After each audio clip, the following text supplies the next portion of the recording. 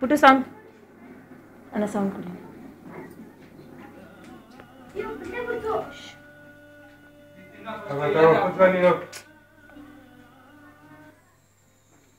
Sound ಕೊಡಿ ಯಾರಾದ್ರೂ.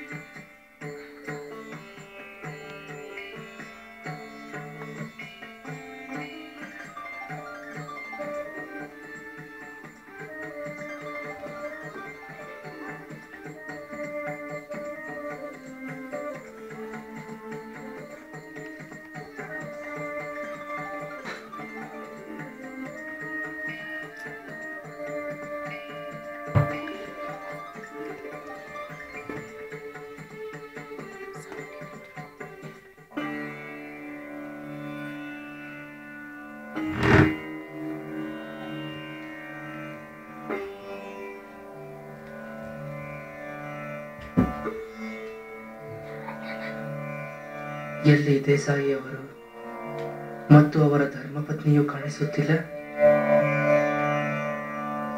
ಭಗವಂತನ ಪಾದೋದಕವನ್ನು ನೀಡಬೇಕು, ಅವರನ್ನು ಕರೆಸಿ.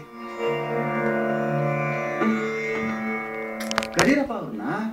ತುಂಬಾ ಜನ ಭಕ್ತರಿದ್ದಾರೆ, ಮುಂಜಾನೆಯಿಂದ ದಣಿದಿದ್ದಾರೆ, ಉಪವಾಸದಿಂದ ಇದ್ದಾರೆ. ಬೇಗ ಭೋಜನವಾಗ್ಲಿ, ಕರೀರಿ.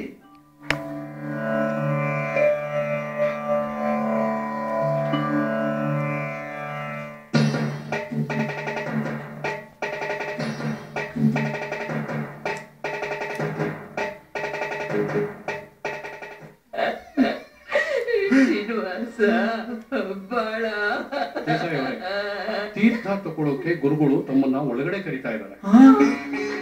ಅಯ್ಯೋ ರಾಮ, ಎಂತ ಪರೀಕ್ಷೆ ಅಂತೀನಿ. ಇಂಥ ಹೊತ್ನಾಗ ಗುರುಗಳು ನಮ್ಮನ್ನ ತೀರ್ಥಕ್ಕೆ ಕರೆದಾರಂತ ಏನ್ ಮಾಡೋದಪ್ಪ ಈಗ? ನೋಡ್ರಪ್ಪ, ನೀವೇನಾರ ಮಾಡಿ ಹೆಂಗಾರ ಮಾಡಿ ಈ ವಿಷಯ ಗುರುಗಳಿಗೆ ಗೊತ್ತಾಗ್ತಿದ್ದಂಗ ಊಟ ಮಾಡಿಸಿ ಕಳಿಸ್ರಿ. ಹೆಂಗ್ ನಾವು ಬರೋದಕ್ಕೆ ಸಾಧ್ಯ, ನೀವ ಹೇಳ್ರಿ. ಹೋಗ್ರಿ ಹೋಗ್ರಿ, ಗುರುಗಳು ಮತ್ ಕರೆದಿದ್ದಾರೆ.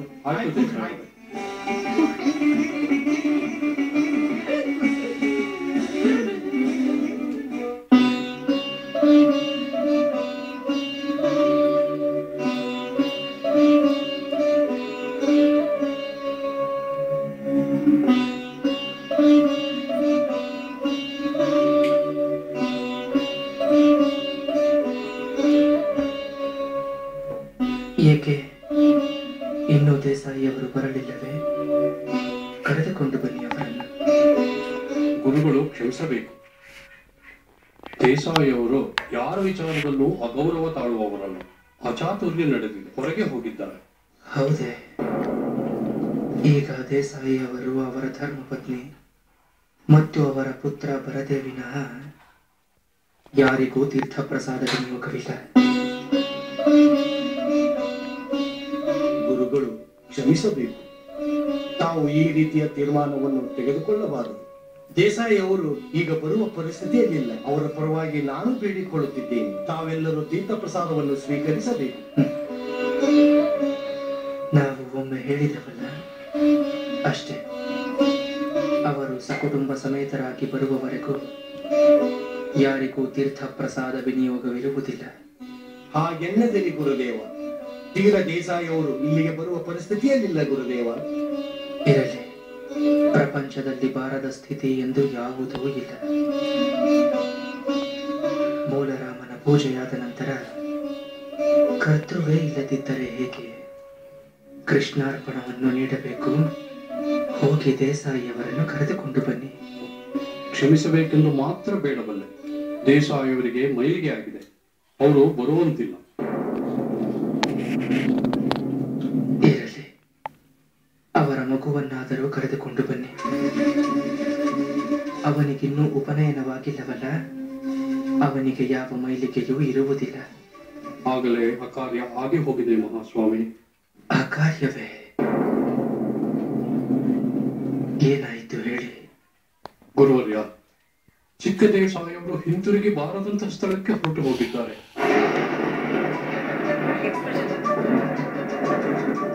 ಗುರುಗಳು ಊಟಕ್ಕೆ ಹತ್ರ ಇಲ್ಲ, ಗುರುಗಳು ಚಿಕ್ಕ ದೇಸಾಯಿಯವರ ಒಳಗಡೆ ತರೋಕ್ ಹೇಳಿದ್ದಾರೆ.